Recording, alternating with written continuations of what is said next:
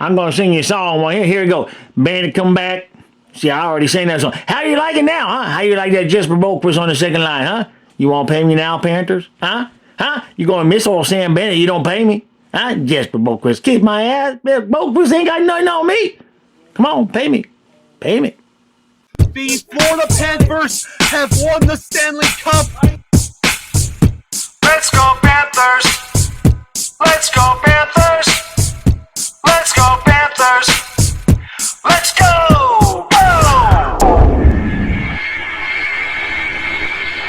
Puck drop. And 3, 2, 1, drop!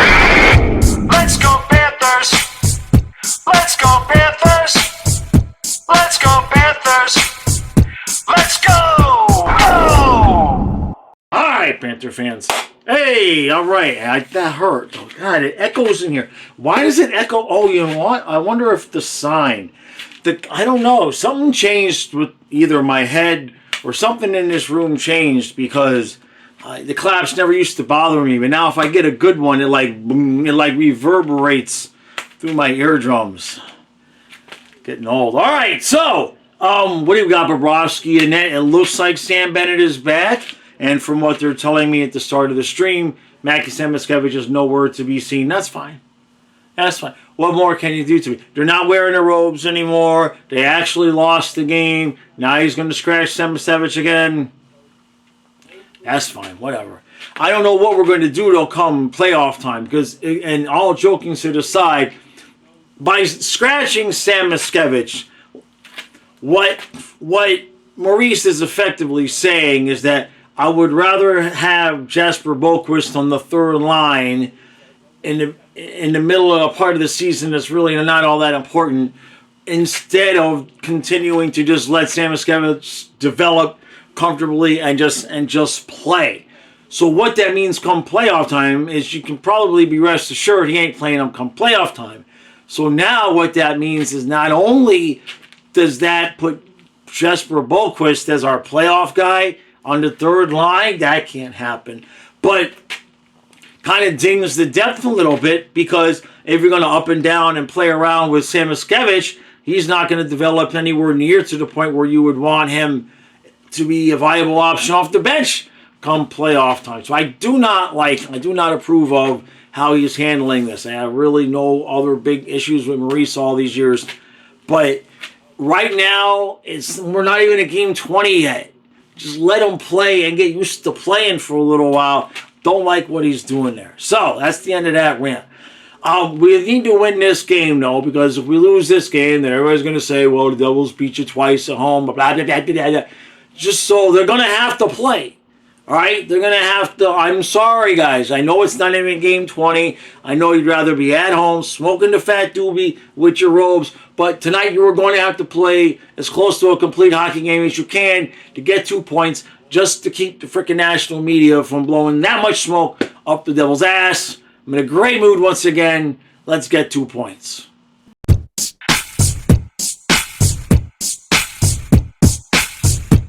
So, 2-1 New Jersey after 1. I can prove that I did record the pregame before Jesper Boquist made that insane move and scored the goal. If I have to prove it, I will. Ask anybody who watches the live streams. You can hear me in here talking. So if you go back to the pregame on the live stream, if you don't believe it, if you go back to the pregame on the live stream and listen in, you'll hear me saying, bitching, complaining about Jesper Boquist. Now, it would have just been 1-1. I want Aaron Ekblad off the top pair, and I want Balinskis up there. And I know they're not righty-lefty. I don't care. And now you say, what the hell? What are you talking about? If Aaron Ekblad, tonight alone, 3, 4, every time he's touched the puck, he has lost the puck. Every single time. You know why? Because New Jersey is a fast team, and he just cannot handle anything fast coming at him. So if you rewind the goal that we just allowed with 2 seconds left, if you rewind, and press stop right when I screamed at Ekblad for losing the puck again, he has it in the corner. All they got to do is pressure him a little bit, and he's like, and it loses the puck. They've been doing it all night. They've been doing it all night. Move on to second period.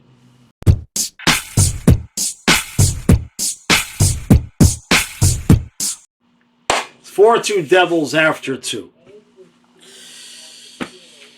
So for the second period in a row, the refs call an absolute dog shit penalty. The one on Verhaeghe was questionable. The one on Mikkola here was just absolute. This is not a penalty. I'm not one to normally complain about the refs that way. I call it pretty fair. But calling Mikkola for interference there, that looks to me like refs that are on the take. I mean, that's how bad these calls have been. Meanwhile, the PK is 0 for 3. This last one again.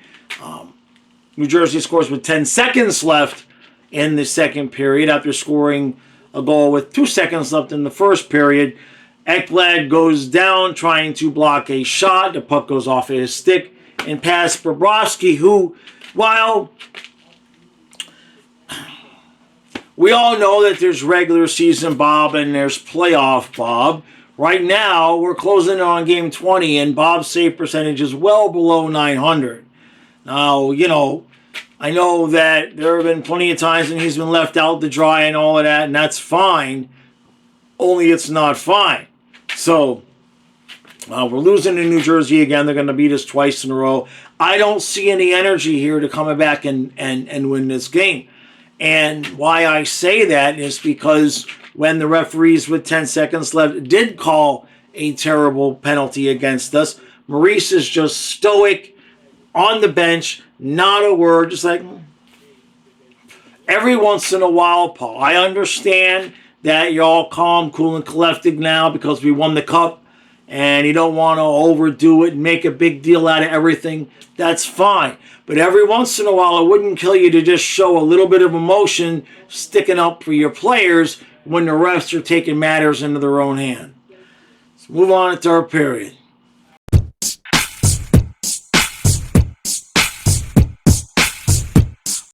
So,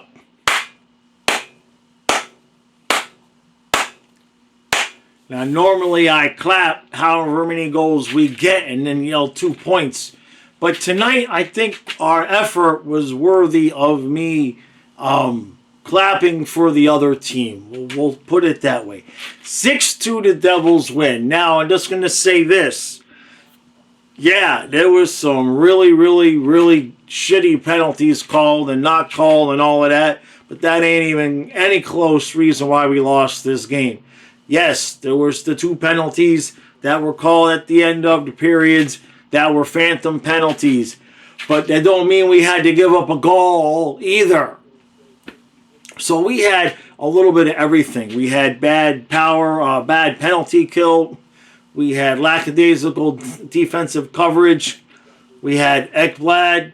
We had Bob give up one that just is unexplainable. It was just unexplainable. I think that was the 5th one, right? Yeah, because the 6th one was empty net. So it was still kind of a 4-2. It was still 4-2. Still a little bit of a game. And then Bob gives up just an absolute stinker. And so, what do we see on the ice? Now, normally, actually, let's go backwards. For the first 6 seasons of this channel, a loss like this, I'd have been yelling, screaming, and the whole thing. And then we got good, right? And then we won the cup, and now we kind of got full of ourselves to where whenever we don't play well, it's like, well, they're saving it for the playoffs, and they're not really giving all that much effort, and blah, blah, blah, blah, blah. And all of that can be true, except it shouldn't be true 2 games in a row at home against the same team that has designs on being the team that finally unseats us from the Eastern Conference Championship. Remember, we have dominated this conference for 2 years now. Somebody they're gonna want to be the team to finally get rid of the Panthers. And New Jersey definitely illustrated that in game 1. And then we came out here in game 2 tonight and said, let them win that one too. Just not showing the appropriate level of anything. And when you notice, we've talked about this since last year, you notice when the Panthers are not on their game, when they are not as intense and invested in the game as they should be. The passes are soft. You see the same problems over and over again. Games like where Ekblad just has the puck, and all you have to do is say, boo, and he'll give up the puck. Few too many back passes. Eetu Luostarinen. I know that he's going to continue to develop and to be a very good player for us, but so far this year, way too many back passes. Way too much passing from him. He is not showing the level of aggression that I thought he was going to show to piggyback on last year's playoffs. So that's one guy that doesn't get a lot of talk, that he could definitely step up his game. I don't know if he's hurt or what, but he's definitely not playing with the level of intensity and tenacity that we would need.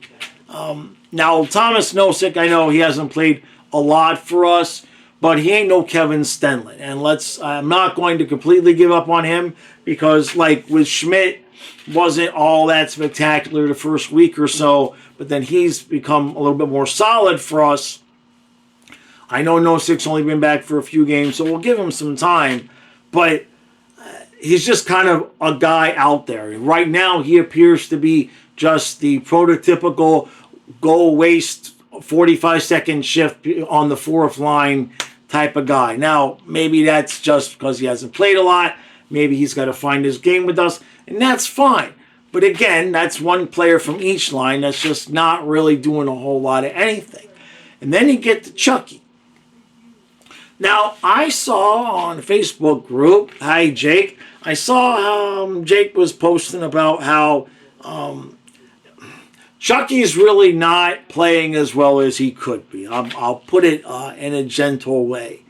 And now, I talked about this last year on this channel, where I didn't feel like after the injury he has had the dexterity that he had before the injury to make magic happen in front of the net.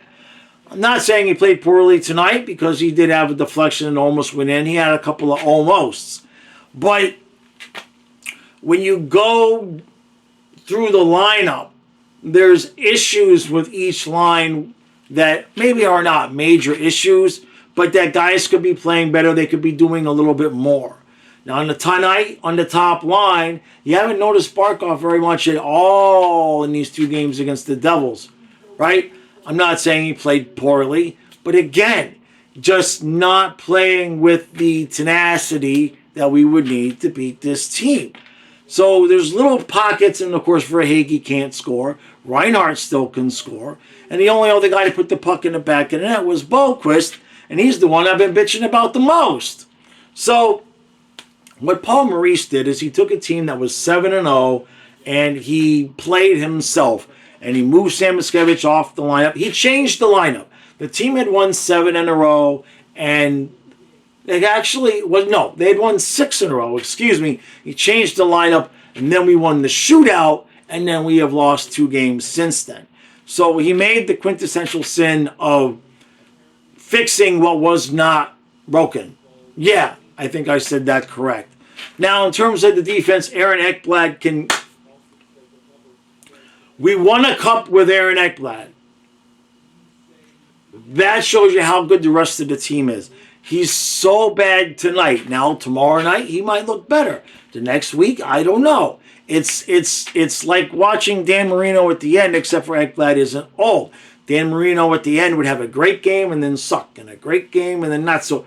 And what Ekblad was tonight was terrible. Just terrible. And Ekblad on the top pair against these Devils in a playoff series could be the difference between repeating or not repeating. We'll just say that. Balinska's had a couple of opportunities. I know that, like I said, I know the righty-lefty is not optimal, but I would not be surprised at all if they let Ekblad walk and put Balinskis up there with Forsling next year. I think that would be a formidable enough top pair. If Forsling can lead us to a cup with Ekblad on his other half, I'm sure Balinskis would be an upgrade there. But overall, and then of course Bob has a sub-900 save percentage. So you look at it and you say, well, we're in first place. It was 11-5-1. We won some games. We lost some games. You look at it and it's not all that off from where you thought we would be. But there are some pockets.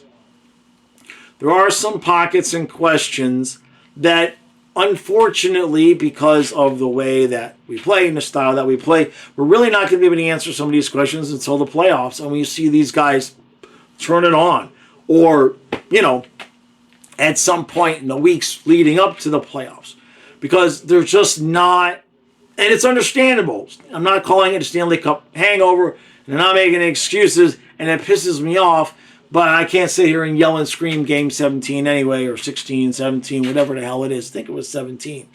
So, nip this in the bud against Winnipeg. Now, you got your ass handed to you all up and down the ice, 2 games in a row against the Devils. Now you've got 2 at Winnipeg. You got 1 at home. You got 1 away. You should want to come out at home on Saturday and make sure that we say, hey, just hold on. We're still the champs. We're still the Panthers. That needs to happen. I'm really surprised and disappointed that did not happen tonight. But absolutely has to happen on Saturday. So that's it.